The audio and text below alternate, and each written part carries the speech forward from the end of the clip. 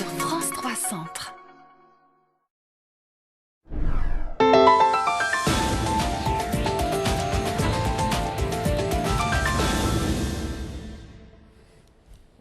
Bonsoir, merci de nous rejoindre sur France 3 Centre pour ce débat sur le deuxième tour des élections municipales en région Centre. Nous parlerons des enjeux politiques, des alliances, à gauche comme à droite, du rôle du Front National dans les principales villes encore intéressées par le scrutin de dimanche. 3 élus, 3 personnalités sont à mes côtés pour nous faire part de leurs commentaires sur ces élections. Guillaume Pelletier, bonsoir. Bonsoir. Vous êtes vice-président de l'UMP, cofondateur du mouvement La Droite Forte au sein de votre parti. Vous avez remporté au premier tour l'élection municipale de Nains-sur-Beuvron dans le Loir-et-Cher avec 61,8% des voix et vous serez officiellement élu par votre conseil municipal demain. Yann Gallus, bonsoir. Bonsoir. Vous êtes député PS du Cher, conseiller général de ce même département et vous êtes le cofondateur de la Gauche Forte au sein du Parti Socialiste. Philippe Lecoq, bonsoir. Bonsoir. Vous êtes conseiller régional du Centre au sein du groupe Front National. Votre liste a réalisé dimanche 10,3% des voix à Orléans et vous serez ce dimanche l'un des 3 conseillers municipaux Front National à Orléans lors de l'intronisation du maire UMP Serge Grouard qui lui a été réélu au premier tour. Avant de nous concentrer sur les principales villes à enjeu, le 30 mars, dressons, si vous le voulez, le bilan du premier tour des municipales dans notre pays. Une reconquête importante de la droite avec, par effet mécanique, un fort recul de la gauche, complété d'une poussée du Front National. Guillaume Pelletier, Yann Gallus, dès lundi, vous avez, si je puis dire, établi un constat presque commun, mais avec des explications bien différentes, et c'est normal, sur l'attitude à avoir face au Front National au deuxième tour, quand il se maintient. Le Front républicain n'existe plus pour vous, Yann Gallus, car, je cite, il ne fonctionnerait que dans un seul sens, l'UMP refusant de soutenir les listes socialistes en 4 triangulaires.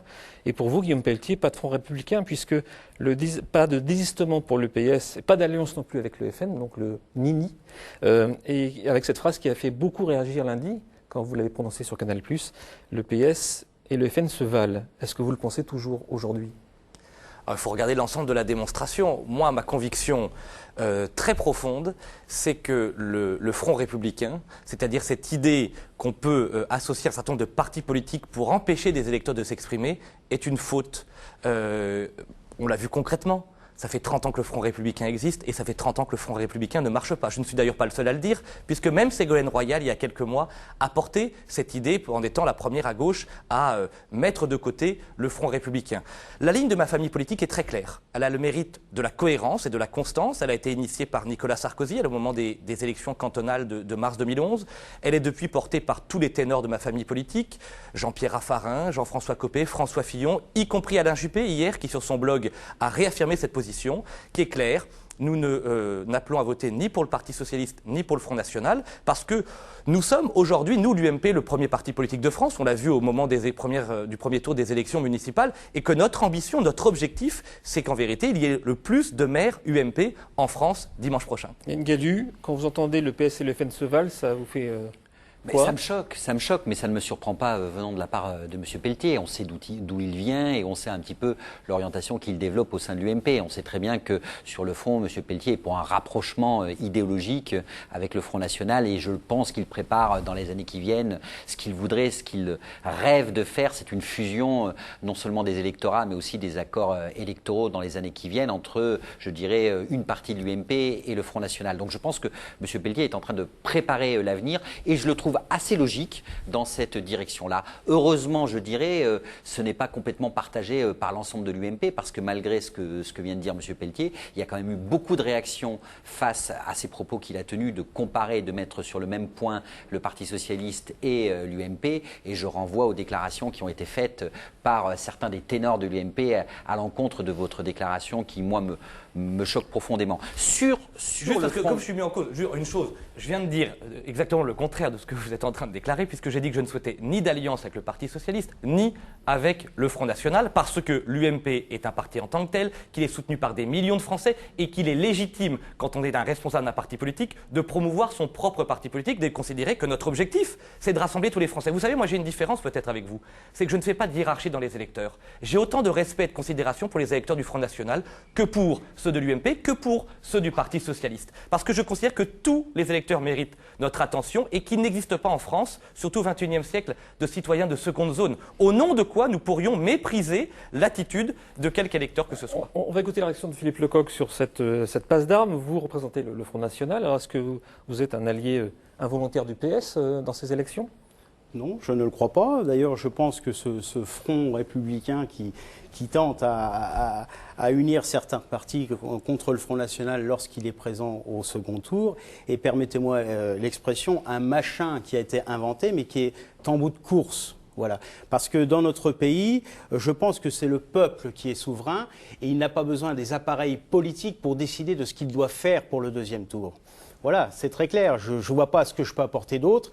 Moi, je m'en remets au peuple, aux électeurs, pour décider de ce qu'ils doivent faire au deuxième tour lorsqu'ils sont confrontés à un Front National et un socialiste ou un Front National et un UMP. C'est très clair. Stratégiquement, Yann Gallu, il y a chez vous un représentant du PS qui a déclaré dimanche « La gauche a de la réserve concernant le second tour, pas la droite.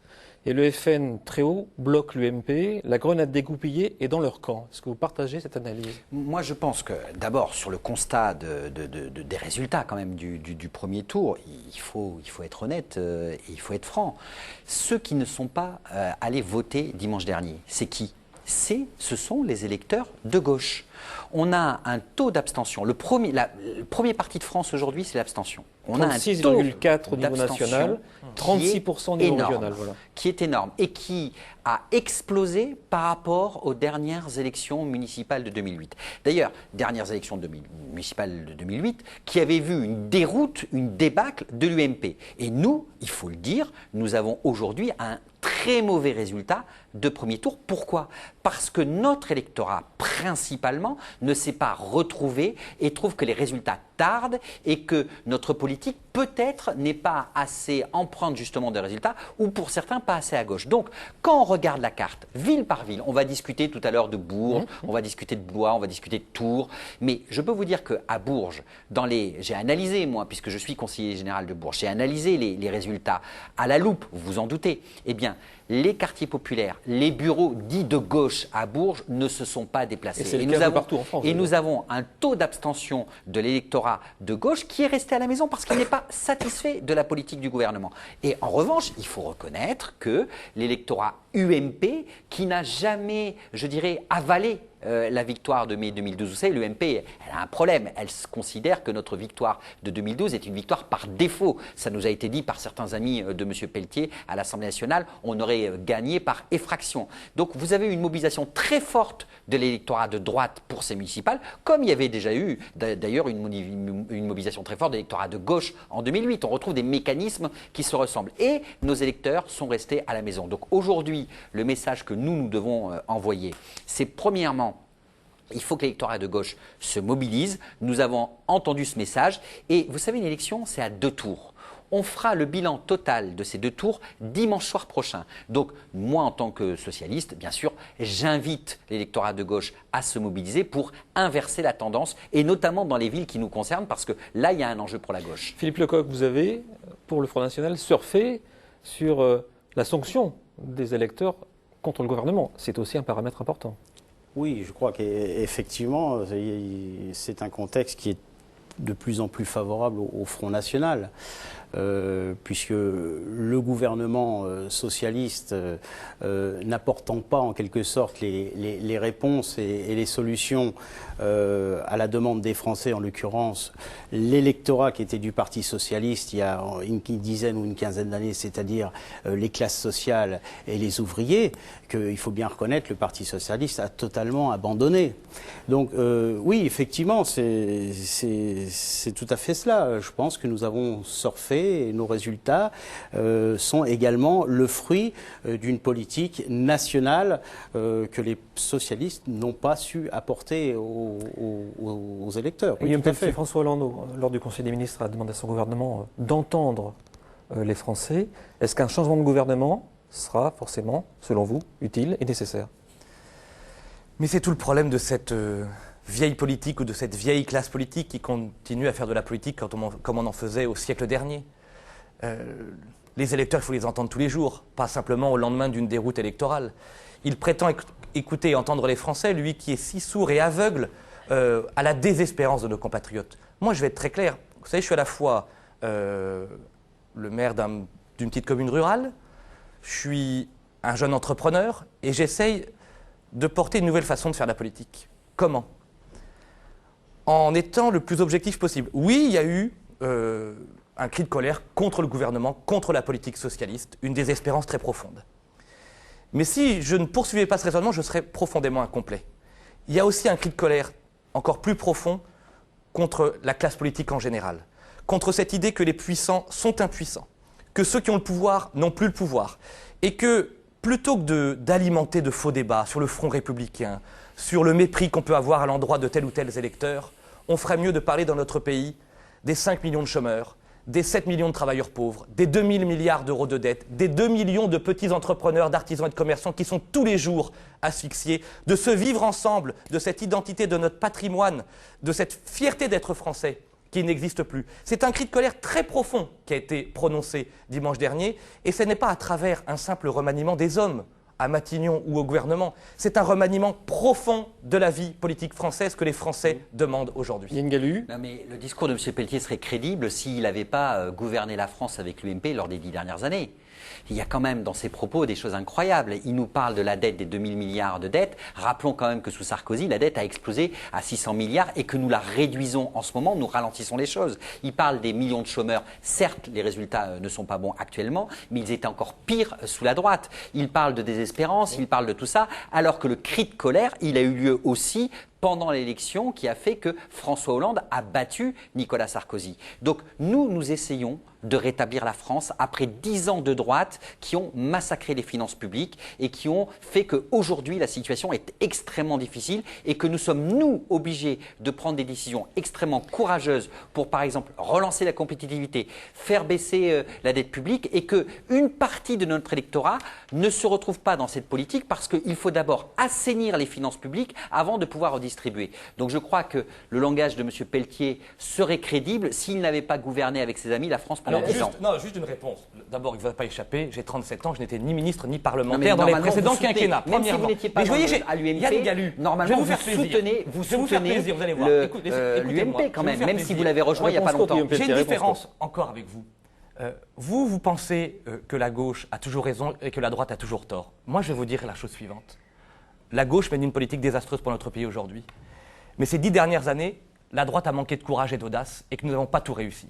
Je ne réduis pas un camp à une simple idée. Moi, je dis que justement, c'est la nouvelle génération qui va devoir porter des idées nouvelles pour défendre et promouvoir les PME, ce que personne n'a jamais su faire, pour lutter contre l'assistanat, pour s'occuper enfin de ces communes rurales, de ce monde périphérique de cette France oubliée et abandonnée. Et donc, je ne suis pas comptable de ce qui s'est passé dans le passé. Moi, ce que je regarde, c'est l'avenir, c'est de répondre à la colère des Français aujourd'hui et demain. Sur le changement de gouvernement annoncé, potentiel, éventuel, vous savez, est-ce que ça changerait quelque chose ? Effectivement, ce n'est pas en changeant les hommes ou le gouvernement que l'on va apporter une solution.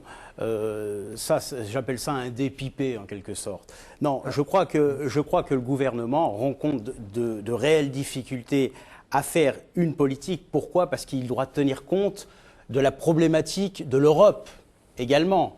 D'ailleurs, nous allons être sollicités fin mai aux élections européennes, qui va être un résultat révélateur, très certainement. À savoir d'une chose, et je crois que M. Galu le sait très bien, 80% de l'Assemblée nationale ne dirige pas les lois. Seulement 20% des lois françaises sont votées à l'Assemblée nationale. Nous avons totalement exporté, pour le coup, nos lois à Bruxelles, ce qui fait que les gouvernements successifs, que ce soit d'ailleurs les gouvernements de droite ou de gauche, n'a que peu de pouvoir à pouvoir résoudre le problème des Français. C'est un débat qu'on aura jusqu'au 25 mai. C'est un débat qu'on aura, mais il faut en tenir compte parce qu'il est très très important. Avec vos Monsieur Galu, politique représentative. Vous êtes député. Vous vous trompez, non, oui, je vous confirme que vous vous trompez dans la mesure où il n'y a pas 80% des lois qui proviennent de l'Europe. Mais il est vrai que nous mettons en œuvre des directives européennes. Mais ça vous met dans une position en revanche, difficile. On pourra, je le pense, revenir ici et discuter du programme du Front National, notamment avec la sortie de l'euro et la catastrophique conséquence que ça aurait, notamment sur nos PME. Mais je voudrais quand même dire, il n'y a pas qu'une solution, la vôtre en l'occurrence.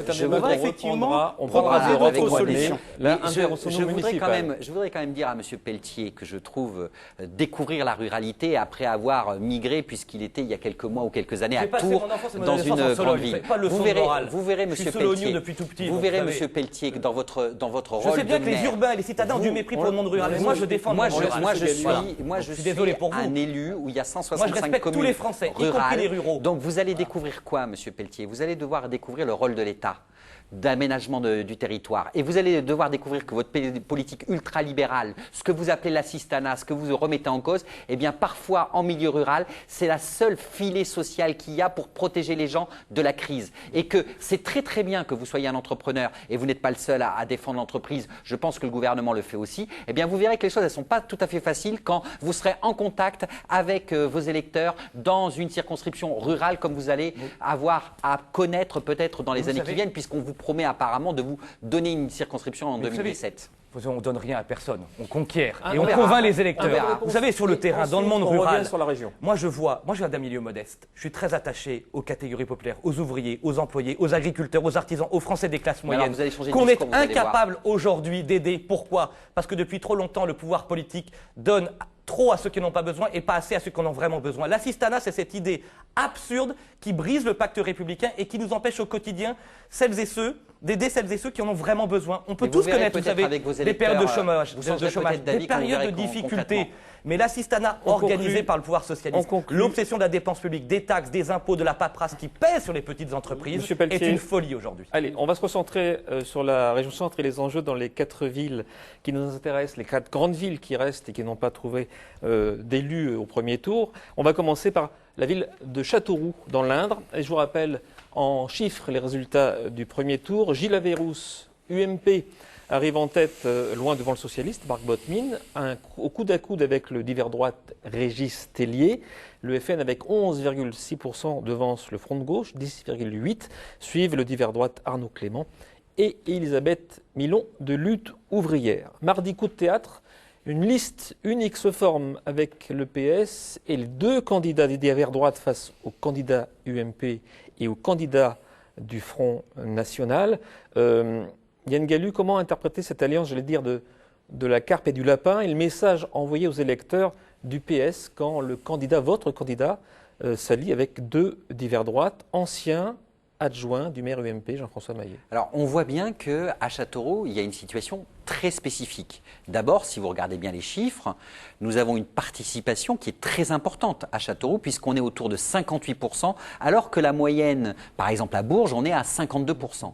Donc, on voit bien que cette situation spécifique, elle est due à quoi? Elle est due à la gestion passée de l'UMP, où comme il y a eu une succession après que M. Maillet ait décidé de ne pas se représenter, eh bien, les différents maires adjoints de M. Maillet se sont partagés sur les listes de droite et que finalement, après le premier tour, 2 listes de divers droites ont décidé, elles, de rejoindre la liste socialiste pour contrer le candidat officiel de l'UMP. Donc on est face à cela et moi les retours que j'ai, puisque nous sommes à quelques kilomètres Bourges de Châteauroux, c'est que justement ces divers droites préfèrent s'allier avec une partie de la gauche, puisque le Front de gauche maintient sa liste, plutôt que de se diriger vers celui qui avait été pressenti à l'UMP. Mais comment convaincre les électeurs socialistes que ce deuxième tour avec l'alliance de 2 divers droites est la bonne solution pour la ville? D'abord parce que un scrutin municipal, il y a un double enjeu.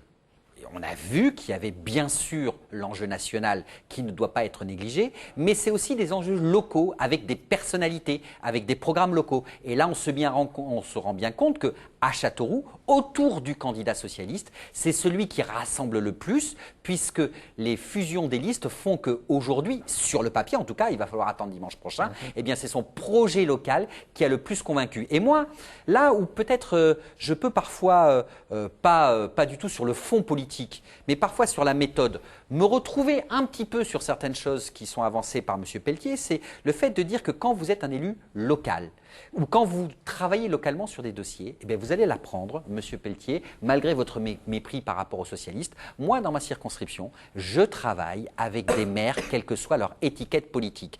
J'ai d'excellentes relations avec le maire de Saint-Amand-Montrond, Monsieur Thierry Vincent, qui a été élu dimanche dernier au premier tour. C'est quelqu'un avec qui je travaille la main dans la main pour les dossiers locaux. Et cette alliance à Châteauroux, je pense que c'est la même démarche qui s'est faite sur un projet local. Monsieur Bottamine avait la meilleure, la meilleure dynamique et le meilleur projet. Et d'autres élus divers droite l'ont rejoint. Donc il y a une certaine logique. Et j'appelle bien sûr l'ensemble des habitants de Châteauroux à rejoindre cette dynamique.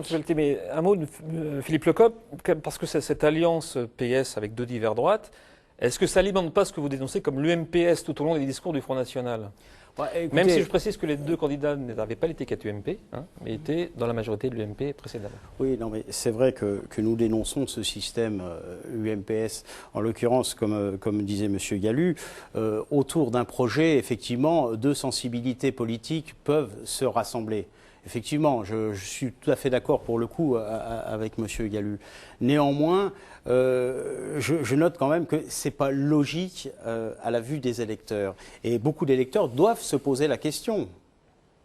Diverses droites, qu'est-ce qu'on trouve déjà dans cette liste diverses droites qui fait une fusion avec le Parti socialiste, la gauche, qui bien souvent, la gauche retrouve les voix du front de gauche lors de deuxième tour, voire des écologistes. Donc effectivement, si vous voulez, vous avez dans tout cela un électorat qui doit perdre ses marques, en quelque sorte. Guillaume Pelletier. Mais néanmoins, je termine, oui. Néanmoins, ça risque d'apporter un score bien meilleur, je pense, au deuxième tour pour Mathieu Colombier, le Front National. Élu régional, comme vous d'ailleurs. Guillaume Pelletier, est-ce que cette situation ne vient pas aussi de la dispersion des candidats de droite au premier tour, puisqu'on voit Jean-François Maillet, maire sortant, ne se représente pas, Gilles Averroux, c'est son candidat préféré, on va dire, et deux adjoints se présentent différemment. Cette dispersion sur trois candidats au premier tour crée ces situations de second tour. Oui, je vais y revenir de manière très, très précise pour prolonger le raisonnement de Yann Gallu. Moi, je n'ai de mépris pour personne sur le plan humain, évidemment. J'ai beaucoup de mépris pour la politique socialiste, que je trouve désastreuse. Mais évidemment, en Sologne comme ailleurs, on est tous amenés, y compris sur ma propre liste aux élections municipales, à travailler avec des gens aux différentes sensibilités, puisque c'est le bien commun, c'est l'intérêt général qui prime. Et c'est ça qui est passionnant dans la noblesse de l'engagement politique. Bon. Sur le cas précis de Châteauroux, moi j'ai été soutenir Gilles Averroux, qui est pour moi de très loin le meilleur candidat. Il incarne ce renouvellement, cette expertise, cette capacité à maîtriser un certain nombre de dossiers. D'ailleurs, malgré la dispersion que vous évoquiez à l'instant, il obtient un score très important, très loin devant celles et ceux qui lui contestaient ce leadership. Et je crois que la dynamique est de son côté et que ce système d'alliance de l'entre-deux tours l'avantage, lui, parce que ça a le mérite de la clarté. Oui, le candidat du renouvellement, le candidat de la jeunesse, le candidat de l'expérience des dossiers, de la lisibilité, de la cohérence politique, puisqu'il est le seul candidat de droite. Il est investi et soutenu par l'ensemble de l'UMP et de ses alliés. C'est un point très fort pour lui et je lui souhaite, comme je lui avais dit avant le premier tour, une victoire dimanche prochain parce qu'il le mérite. Et les Castelroussins aussi parce qu'il a cette dynamique et cette capacité apporter des nouveaux dossiers pour les 6 prochaines années. Savoir rassembler, M. Pelletier. Apparemment, votre candidat ne rassemble absolument pas dans son propre camp. Vous savez, quand on fait au premier tour on doit le constater quand même. Je sais bien que vous êtes passionné par les états-majors et les appareils politiques. Non, mais ça, moi, je suis passionné par les électeurs et les électeurs. Oui, mais justement, les électeurs ont placé très nettement en tête Gilles Averroux, qui fait près de 35% des voix. Donc, il a rassemblé, vous vous rendez compte, malgré la dispersion qui existe, à gauche et à droite d'ailleurs.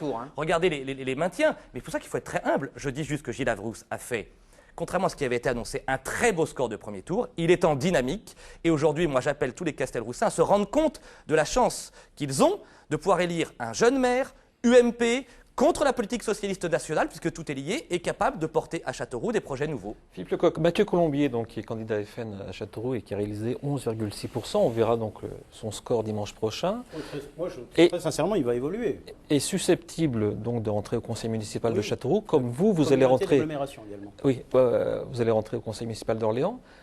Quelle sera, votre position en tant que conseiller municipal avec 44 élus de la majorité UMP et 8 élus de l'opposition de gauche? Quel sera votre positionnement au sein du conseil municipal qu'on peut extrapoler avec le positionnement potentiel de M. Colombier à Châteauroux? Écoutez, je l'ai dit très clairement au soir du premier tour, nous serons, oui, dans l'opposition, mais nous serons dans l'opposition au cas par cas. Nous ne serons pas dans une opposition systématiquement de refus. Parce que nous pensons que sur une mandature, la municipalité en place peut effectivement avoir de bonnes idées, de bonnes avancées, de bons projets à laquelle nous soutiendrons. Et nous soutiendrons, pour le coup, Serge Grouard. Je le rappelle, je siège effectivement au conseil régional avec une majorité socialiste. Il nous arrive en séance plénière ou même tout simplement dans ma commission de soutenir la majorité socialiste.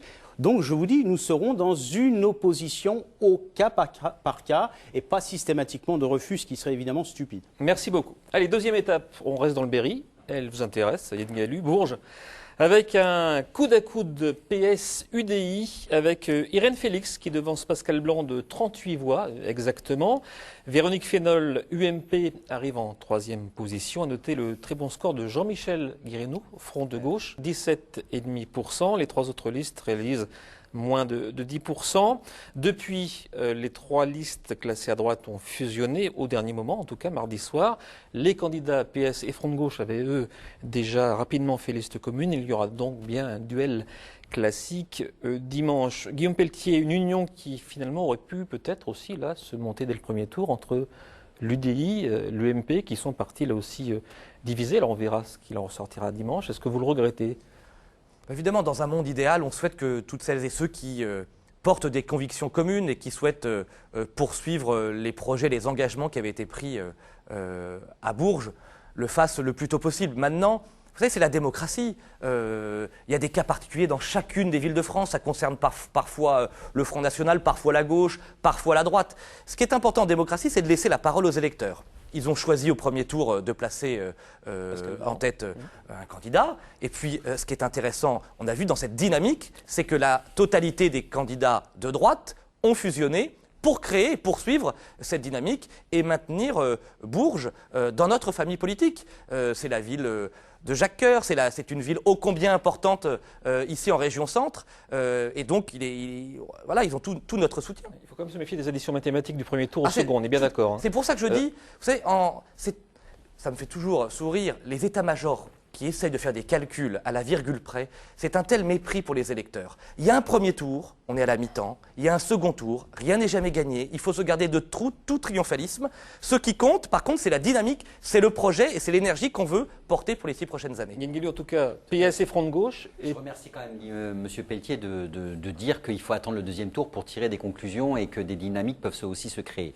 Moi, ce que je vois sur Bourges, c'est qu'on a eu une droite extrêmement divisée. On a eu une gauche où les deux listes de gauche ont fait plutôt des bons scores. Et ça va se jouer, il faut être très clair, dans un mouchoir de poche. Quel que soit le résultat, ça va se jouer à quelques dizaines de voix. Et vous en doutez, je suis président du comité de soutien d'Irène Félix. Et bien sûr, nous savons ce que nous avons à faire entre ce premier et ce deuxième tour. Parce que c'est ce que j'ai expliqué en début de débat. Nous avons été victimes de l'abstention qu'on peut considérer là aussi légitime d'une partie de notre électorat qui, ne se retrouvant pas dans certaines décisions nationales, est resté à la maison. Et là, il y a quand même un différentiel de 5 points entre 2008 et 2014, et notamment ce différentiel de 5 points de participation, quand vous regardez les quartiers de Bourges, eh bien, il se fait énormément dans les quartiers populaires et les bureaux dits de gauche. Donc, qu'est-ce qu'il nous reste à faire ? Eh bien, vous allez avoir une confrontation classique gauche-droite entre la droite rassemblée autour de M. Blanc et Irène Félix, notre candidate, qui, elle, porte un projet pour Bourges. Et donc, moi, j'appelle bien entendu tous les électeurs de Bourges à se mobiliser, et notamment les électeurs de gauche, qui veulent pouvoir donner une alternative à ce qu'on a vécu pendant 18 ans avec Serge Lepelletier, de se rassembler sur la candidature d'Irène Félix. Alors en 2008, Irène Félix avait fait un peu plus de 43% au premier tour, sans le Parti communiste, mais en tout cas face à elle. En 2001, Jean-Claude Sandrier avait fait à peu près 43-44%. Tout à fait. On est sur un étiage maximal là, Alors, sur la vous la regardez gauche. en revanche, la nouvelle, ce qui est un petit peu surprenant et voire même étonnant, c'est que globalement, le score de la gauche n'est absolument pas mauvais à Bourges et que quand on regarde le décrochage que nous avons eu dans d'autres villes de France par rapport à Bourges, eh bien, le total des voix de gauche et le total des pourcentages de gauche se maintient de manière très importante. Donc, on voit que on voit justement, parce qu'il y avait aussi une autre liste de gauche, hein, donc on était à ce moment-là, ça s'est toujours joué, toutes les municipales, 1995, 2001, 2008 à Bourges, ça s'est joué à quelques dizaines de voix qui ont été favorables à Serge Lepeletier à l'époque. Et là, ça va se jouer, de mon point de vue, aussi à quelques dizaines de voix entre Irène Félix et Pascal Blanc. Et moi, j'appelle bien entendu, vous en doutez, en tant que socialiste, en tant que président du comité de soutien d'Irène Félix, à voter massivement pour elle dimanche prochain. Philippe Lecoq, Bourges est la seule ville des 6 villes préfectures de la région où le Front National n'a pas pu se présenter. Est-ce que le département du Cher, la ville de Bourges, sont réfractaires à vos idées? Non, je ne le crois pas. Par contre, je pense qu'il y a une mauvaise implantation, très honnêtement. Nous n'avons pas pu faire une liste à Bourges, faute de colistiers. Je crois que Bourges, ça doit être 55 colistiers, si je ne me trompe. S'il n'y a pas eu de liste, très clairement, puisque c'était en quelque sorte les consignes du siège de faire des listes dans des villes, en l'occurrence comme Bourges. Donc il n'y a pas eu de liste faite parce qu'il nous manquait des colistiers. Nous avons une très mauvaise implantation sur Bourges, malheureusement, c'est vrai. Néanmoins, ce que je peux dire tout de même, c'est que ça va jouer, oui, effectivement, dans un moussoir de poche, parce que si je fais le calcul des droites, on est à peu près diverses droites, UMP, on est à peu près à 50%, les gauches réunies, 47-48%, effectivement. C'est aux électeurs qui auraient pu voter Front National à se déplacer, en faire en fonction de leurs convictions et de leur sensibilité. Très bien, merci. Allez, troisième étape, on part dans le Loir-et-Cher, à Blois avec ses résultats. Et c'est aussi, il faut dire, l'une des rares satisfactions du PS dans une grande ville de la région. Marc Gricourt, maire sortant, obtient plus de 47% des voix. L'Union UMP-UDI est la grande perdante. Troisième derrière le Front National de Michel Chassier. Suivent la liste de Christelle Ferré, soutenue par le MoDem, la liste de François Duplex, sans étiquette, et la candidate NPA. Pour dimanche, Jacques Chauvin et Christelle Ferré ont fait liste commune, UMP, UDI, MoDem, face à Marc Gricourt, PS, et Michel Chassier pour le FN. Yann Galu, je le disais, c'est l'une des rares satisfactions dans les grandes villes de la région, en tout cas avec un score qui n'est pas négligeable pour Marc Gricourt. Est-ce que selon vous, c'est dû à son bilan, à sa personnalité ou à la faiblesse de l'opposition ? Alors, moi, il se trouve que je connais Marc Gricourt parce qu'il m'arrive de travailler avec lui sur divers sujets. Vous savez, on a créé une école d'ingénieurs entre Bourges et Blois et l'INSA, qui est une réussite collective. Et je peux vous dire que Marc Gricourt s'est énormément investi dans ce dossier. C'est quelqu'un de terrain, c'est quelqu'un qui a une vision pour la ville et c'est quelqu'un qui a un poids régional, voire un poids national. Donc, je n'ai pas les tenants et les aboutissants locaux, mais ce que j'en ai vu dans ma fréquentation et dans les dossiers que j'ai portés avec Marc Gricourt, c'était quand même quelqu'un d'ouvert, de terrain et qui avait une vision pour sa ville de Blois. Donc je pense qu'on voit les résultats parce que vous le soulignez, quand même 47,25% pour Marc Gricourt dans la situation actuelle, c'est un excellent score qui doit être un des meilleurs scores de la région centre et je pense que les Blaisois ne vont pas s'y tromper dimanche prochain et vont le reconduire encore pour un mandat de 6 ans. Guillaume Pelletier, Blois, une ville de gauche, il y avait eu l'ère de Jack Lang. Il y a eu Nicolas Perruchot ensuite, puis aujourd'hui Marc Gricourt. Est-ce que Blois est perdu pour la droite ? C'est l'un des grands objectifs des prochaines années, c'est de reconquérir Blois. Moi, je suis très proche de Nicolas Perruchot, qui avait fait un travail remarquable en battant enfin Jack Lang en 2001 et en apportant cette victoire à la droite parlementaire. Depuis, il y a eu un certain nombre de divisions que j'ai regrettées et je souhaite, avec Patrice Martin-Lalande, avec Maurice Leroy, le président du Conseil général, avec un certain nombre de personnalités, reconstruire justement la droite dans les prochains mois et les prochaines années à Blois comme ailleurs. Alors, on a eu cette situation difficile à Blois, même si, comme on le disait tout à l'heure, rien n'est jamais perdu. Il y a un entre-deux tours, il reste quelques heures encore pour convaincre les électeurs, pour créer une dynamique et puis avoir une vision globale.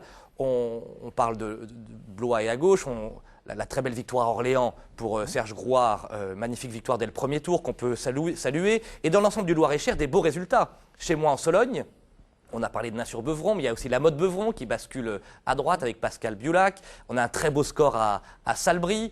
Et puis dans le Vendômois, à Vendôme précisément, il y a une vraie perspective de victoire. Donc on sent bien que dans le département du Loir-et-Cher, il y a une dynamique parce que entre l'UDI, Maurice Leroy, et l'UMP que nous représentons, on sait travailler ensemble, on apprend à travailler ensemble et qu'on est dans une perspective de conquête et de reconquête territoire par territoire.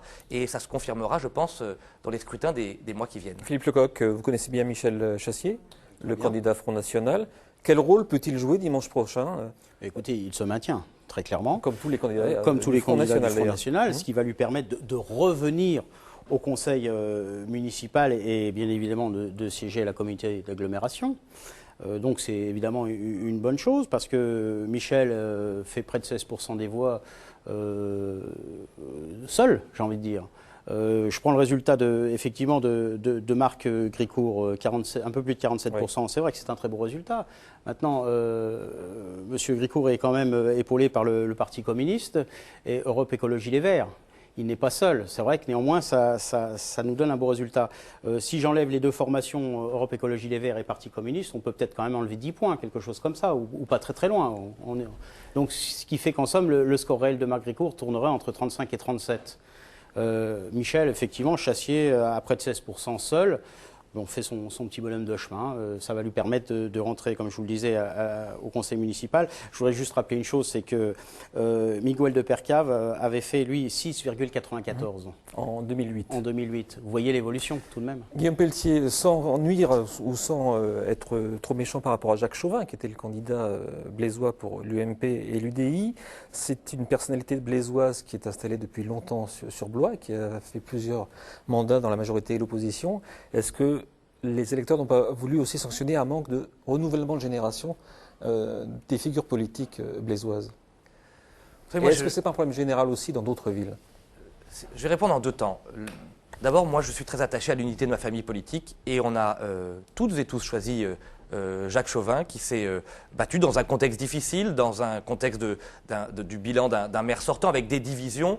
Moi, ma fierté dans cet entre-deux tours, on y a tous contribué, c'est qu'il y ait un rassemblement de l'ensemble des forces politiques de la droite et du centre, enfin réunis dans la perspective du second tour. Et je dis bien aux électeurs blésois, comme à tous les électeurs, ne vous trompez pas, si vous voulez changer de politique, si vous voulez moins d'impôts, moins de taxes, moins de paperasse, que sur les questions fiscales, que sur les questions scolaires avec cette réforme absurde des rythmes scolaires qui concerne l'ensemble de nos enfants sur tous les territoires, si vous voulez un changement de politique, alors il ne faut pas voter pour les socialistes parce que la vérité, moins il y aura de maires socialistes en France dimanche prochain, mieux notre pays s'en portera. Mais plus largement, parce que je ne veux pas éluder votre question, bien sûr qu'il nous faut un grand renouvellement de la vie politique. Il faut un renouvellement en âge, évidemment, mais ça n'est pas suffisant. Vous savez, c'est pas parce qu'on est jeune qu'on est meilleur que les anciens. Je crois, même le contexte, je suis très attaché à l'expérience. Je crois surtout qu'il nous faut davantage d'entrepreneurs. Il y a trop de hauts fonctionnaires dans le monde politique. Le jour où il y aura davantage de ruraux, de jeunes, de petits entrepreneurs, d'ouvriers, d'agriculteurs, alors la vie politique dans notre pays s'en portera mieux. Alors, Monsieur Pelletier, juste une seconde. Quand je parlais l'autre jour dans un débat télévisé qu'il y avait trop de fonctionnaires à la mairie d'Orléans, ça a été un véritable tollé général de la part de Madame Texera, socialiste, et de Monsieur Serge Grouard. Et là, vous êtes en somme, d'ailleurs, je me suis fait carrément contredire, au point que je me suis fait laisser faire entendre dire que je n'avais pas à dire des choses comme ça. Vous préconisez, vous dites le contraire. Non, moi en quelque sorte, vous dites le contraire. Non, je pense qu'on n'a pas dit la même chose. Moi, je parle des hauts fonctionnaires dans le monde politique. Je trouve que dans le monde politique, entre autres au Parlement, dans les grandes municipalités, on devrait ouvrir les portes et les fenêtres à cette diversité française, à ces agriculteurs, ces artisans, ces petits entrepreneurs qui ont les pieds dans le réel, qui sont imprégnés de bon sens. La sociologie des élus, de députés notamment, c'est un vieux problème français, ça n'est pas nouveau. Ça. Alors j'ai vu que les Britanniques, d'ailleurs je ne veux pas élargir trop largement le débat, mais les Britanniques, les Italiens sont en train d'y réfléchir parce que c'est un grand problème français. C'est-à-dire la vision monochrome et en fin de compte monotone de la vie, uniquement à travers le prisme de la fonction publique. Aujourd'hui, je suis un petit entrepreneur. Mon premier métier, c'était professeur d'histoire-géographie, donc je suis assez libre. Je n'ai rien contre les fonctionnaires. Je dis juste qu'il faut un équilibre, un rééquilibrage dans le monde politique et que ma génération devra y participer avec force. On a un vrai débat national qu'on prolongera peut-être avec M. Pelletier. Là aussi, je le trouve complètement caricatural. Mais ce que je veux dire quand même, c'est regardons aussi certains classements, M. Pelletier. Les villes dirigées par les socialistes sont les villes où les impôts ont le moins augmenté ces dernières années, où il y a le moins de dettes et où l'emploi a été le plus dynamisé. Tous les classements démontrent. Tous les classements. Mais justement parce que les Français l'ont pas vu alors. Là, vous savez très bien ce qui s'est passé. Vous en avez été victime en 2008. Il y a eu une élection aussi avec une part nationale. Et aujourd'hui, moi, ce que je dis aux électeurs, c'est aussi de regarder les projets locaux, aussi de regarder le bilan des maires socialistes sortants. Et vous vous rendrez compte, notamment par exemple à Blois, mais c'est aussi valable à Tours, c'est aussi valable dans d'autres villes où il y a des seconds tours, que quand vous avez des mairies socialistes ou des mairies de gauche, eh bien ce sont des mairies qui sont bien gérées, ce sont des mairies qui font à la fois pour l'emploi et pour la solidarité. Et que les bilans de cela démontrent que les villes qui sont endettées sont des villes de droite et les villes où ça se passe plutôt bien en termes de résultats, eh bien, ce sont des villes de gauche. Et ça, vous n'y pouvez absolument rien, Monsieur Pelletier. C'est terrible, cher Yann Gallu, parce que entre un pouvoir socialiste qui fait des choses magnifiques sur l'emploi, des maires socialistes qui font des choses magnifiques sur l'emploi, et pourtant, il y a 5 millions de chômeurs dans notre pays, et on a appris encore hier 30 000 chômeurs de plus, malgré cette politique des emplois aidés. Sous votre gouvernement, ce c'était 40 000 par mois. Fiscal permanent. Vous le savez très bien. Mais Yann Gallu, arrêtez d'accuser en permanence les autres ou le passé. Vous avez aujourd'hui tous les pouvoirs, au niveau local, départemental, régional et national. Assumez vos responsabilités. Oui, les Français veulent une autre politique. Je ne peux pas Ils veulent une politique de bon sens, qui respecte les Français. Aujourd'hui, votre politique est un échec complet et monumental. Et on s'occupe de la ville de Tours. Je ne peux pas souhaiter que vous soyez très rapidement en responsabilité, vous-même au niveau national, très rapidement. Mais vous savez très bien que pour qu'une politique, quelle qu'elle soit, porte ses fruits, ça ne se fait pas en quelques mois. Et que la politique que nous avons mis en place, que nous mettons en place, notamment avec le pacte de responsabilité, ce que nous sommes en train de faire pour réformer le marché du travail, eh bien, nous en verrons les fruits, je l'espère, dans les mois qui viennent. Ça fait seulement 18 mois que nous sommes en responsabilité et c'est vrai, il faut le reconnaître, que les Français nous reprochent que ça n'aille pas assez vite et je crois que François Hollande, après ce deuxième tour, aura des mesures fortes à annoncer dans les jours qui viennent. Allez, dernière étape de notre périple régional pour ce deuxième tour des municipales. La ville de Tours, que vous connaissez bien, Guillaume Pelletier, avec un résultat de premier tour que les sondages n'avaient pas prévu, à savoir l'arrivée en tête de la liste de Serge Babary, UDI-UMP, avec 36,4% des voix, devant la liste d'union du PS, du maire sortant, Jean Germain, suivi du Front National avec près de 13%, et le score important d'Europe Écologie Les Verts, 11,3%, suivent trois autres candidats entre 8 et 1%. Pour dimanche, Jean Germain a fait alliance avec les écologistes face à Serge Babary. Le Front National de Gilles Godefroy se maintient. Guillaume Pelletier, en 2008, vous étiez, vous, candidat à la ville de Tours, en vous dissociant d'ailleurs de la liste UMP de Renaud Donnedieu de Vabre. L'ancien ministre avait recueilli 27,7% des voix et vous 8,4% de mémoire, ce qui représente au total environ 36%. Et c'est justement 36%, c'est le score de Serge Babary. Là aussi, ce que la droite a déjà fait, le plein de ses voix au premier tour. D'abord, il y a un score exceptionnel réalisé par Serge Babary. J'en suis très heureux parce que pour la première fois depuis 1995, vous savez que la ville de Tours a connu malheureusement de longues années de division à la suite de Jean Royer et des divisions qui avaient suivi, qu'elle a mis du temps à se reconstruire. On a en Indre-et-Loire un certain nombre de personnalités solides, Hervé Novelli, Philippe Briand, Marc Angenot, dont je salue la victoire à Loches, Chinon qui pourrait basculer. Donc on voit que la droite est en train progressivement de reconquérir l'Indre-et-Loire. Mais que cette surprise, effectivement, provient de Tours, puisque Serge Babary obtient un score très important dès le premier tour, qu'il y existe, en regardant bien les quartiers, des réserves de voix importantes, parce qu'une grande partie de la droite ne croyait pas forcément en sa victoire possible, et que depuis dimanche soir dernier, y compris les plus percutants des commentateurs locaux, annonce que ce sera extrêmement serré. Chaque voix va compter à Tours dimanche prochain et nous lançons évidemment un appel à la mobilisation puisque 20 ans après le basculement de la ville de Tours à gauche, il y a une opportunité d'une alternative, d'une respiration démocratique pour construire avec Serge Babary, qui lui aussi connaît bien le monde des entreprises, avec Sophie Oconi qui l'accompagne, qui est un député européen très solide pour notre région, la capacité de porter une équipe de renouvellement et de projets. Et ils ont tout mon soutien. Néanmoins, sans faire de mathématiques, il y a quand même, au vu du premier tour, peu de réserves de voix, comme on dit, pour accéder au second. Ah, Pour remporter le second, non, mais on est pardon. d'accord. Sur les voix qui se sont exprimées, mais Yann Gallu le disait pour d'autres villes tout à l'heure, les réserves de voix sont limitées. Sauf que vous savez, quand vous avez 50, 60% de participation seulement, et donc 40% d'abstention, bien sûr que Yann Gallu a raison, il y a une grande partie de l'abstention qui provient de la gauche. Mais quand on regarde de manière détaillée, l'abstention a touché l'ensemble des familles politiques, y compris la nôtre.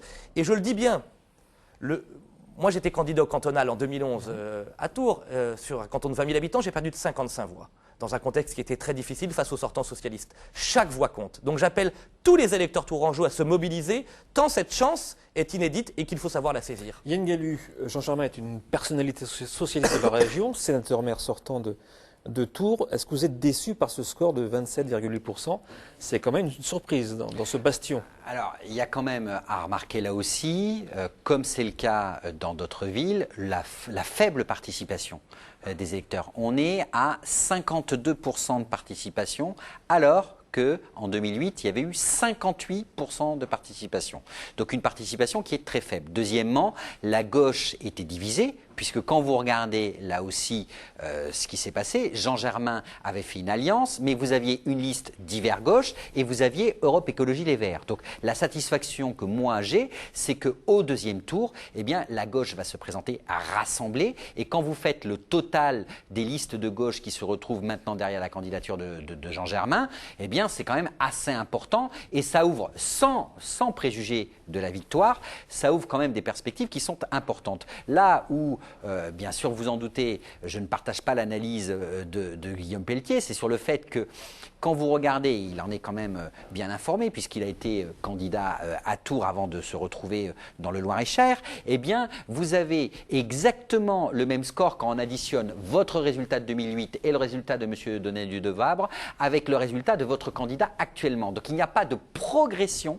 Absolument pas de progression de la droite républicaine lors de cette élection des municipales de Tours. Mais ça va jouer au deuxième tour. Et moi, j'appelle, comme vous l'avez fait, j'appelle les abstentionnistes et j'appelle l'ensemble de la gauche. Mais aussi, ce qui est une spécificité de Jean Germain, c'est qu'il a été au-delà. C'est-à-dire que sur sa liste, il y avait le Parti communiste et puis il y avait aussi le MoDem, ce qui montre quand même que les centristes, et d'ailleurs, c'est une constante nationale. Oui, je vais vous poser la question sur le MoDem. Nombre de centristes ont continué à se retrouver sur les listes des maires socialistes parce qu'ils étaient satisfaits de ce qui avait été le cas dans le travail, passé.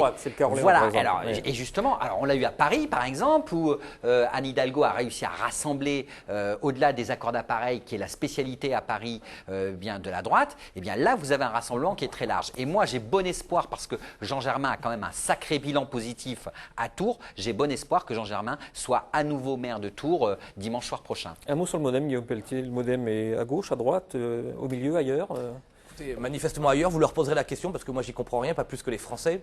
On a vu d'ailleurs le MoDem s'effondrer d'élection en élection ces dernières années parce que la politique commande la cohérence et la constance.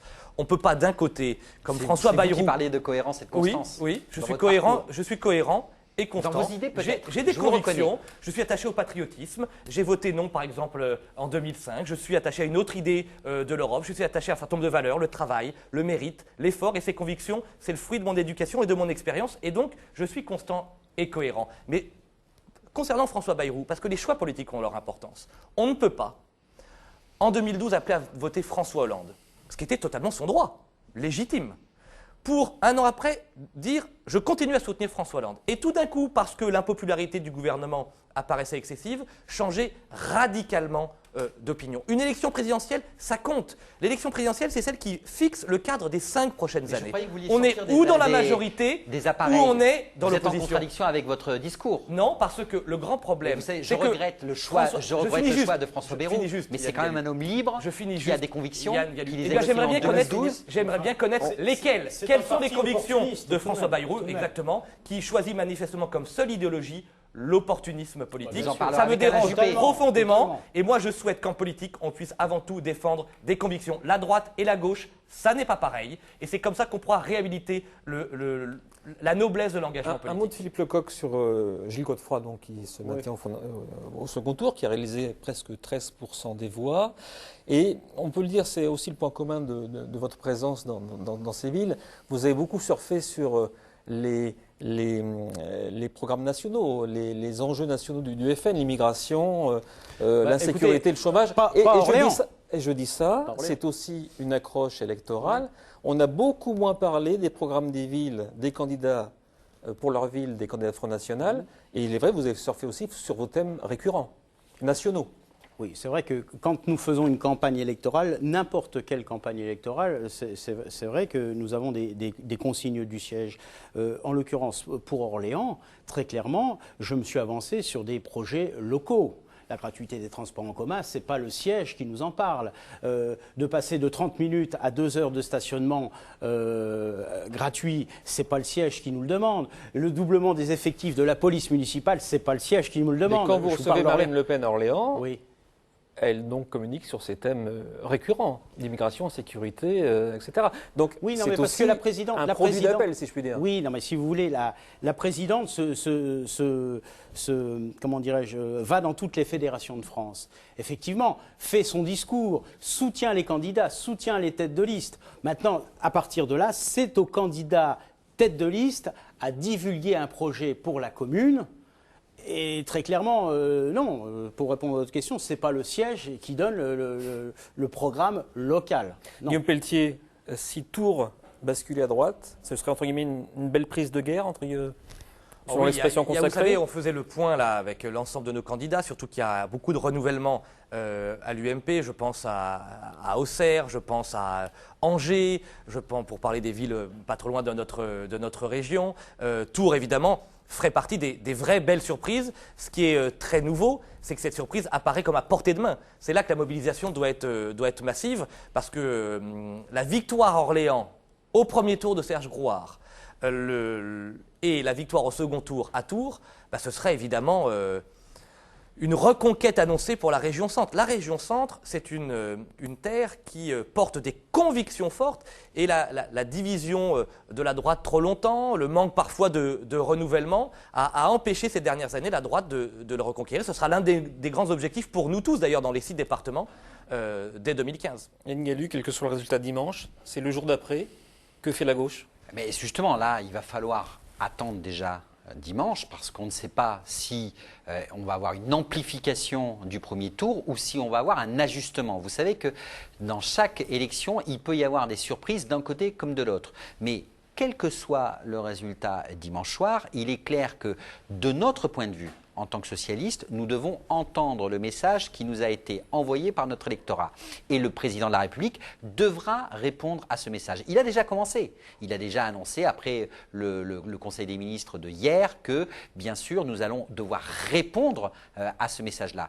Donc, moi, ce que je sais, c'est que dès lundi, avec d'autres parlementaires socialistes, eh bien, je serai au travail pour discuter, analyser et voir comment nous pouvons répondre à cette attente des Français. Mais je le rappelle, nous sommes en responsabilité depuis 18 mois. Nous avons été élus pour 5 ans.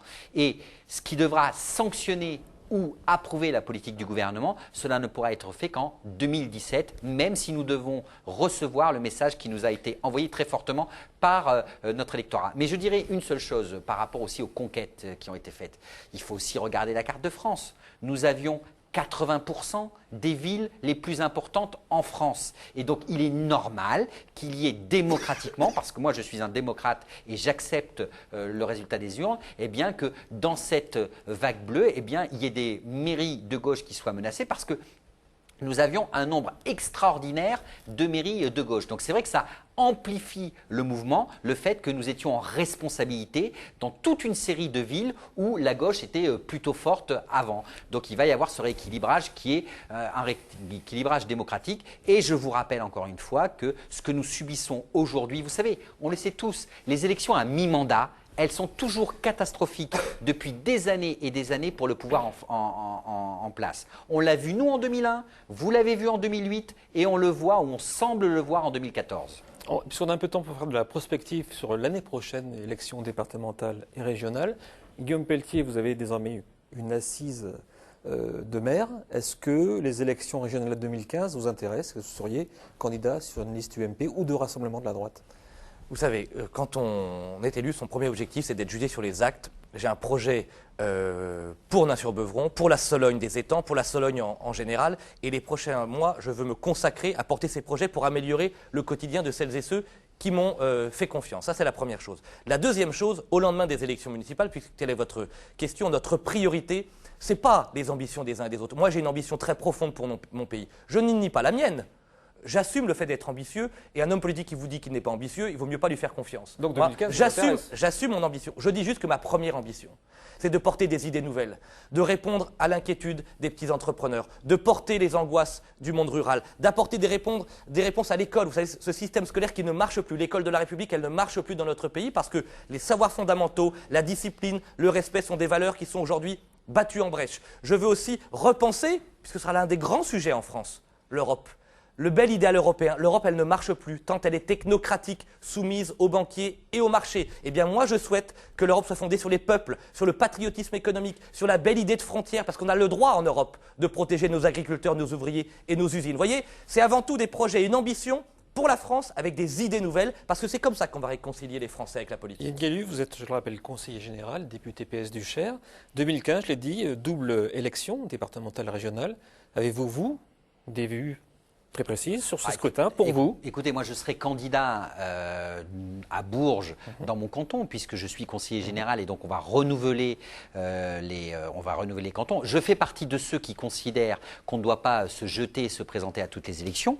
Donc en ce qui me concerne, je ne vise que le renouvellement de mon poste de conseiller général. Je vais faire campagne avec Jean-Pierre Saunier qui est le président du conseil général socialiste parce que je le pense, nous avons un bon bilan et nous avons de bonnes perspectives.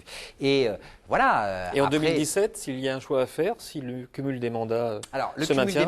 Le cumul des mandats, vous savez que c'est un cumul des mandats concernant les exécutifs avec les postes nationaux. Donc il n'y a pas de contradiction. Moi, je resterai, je l'espère, conseiller général de Bourges et je devrais être candidat aux législatives en 2017. Et là, bien entendu, ce seront les électeurs qui trancheront tant sur le côté national que sur le côté de représentation locale. Philippe Lecoq, vous êtes futur conseiller municipal d'Orléans, vous êtes toujours conseiller régional.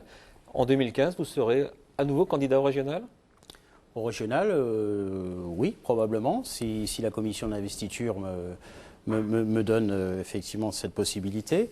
Probablement qu'il n'y aura pas d'élection cantonale pour ma part en 2015.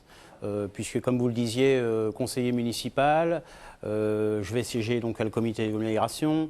Au conseil régional, si j'ai donc un deuxième mandat, ça me paraît largement suffisant pour un élu d'avoir 3 mandats et effectivement de s'y atteler correctement.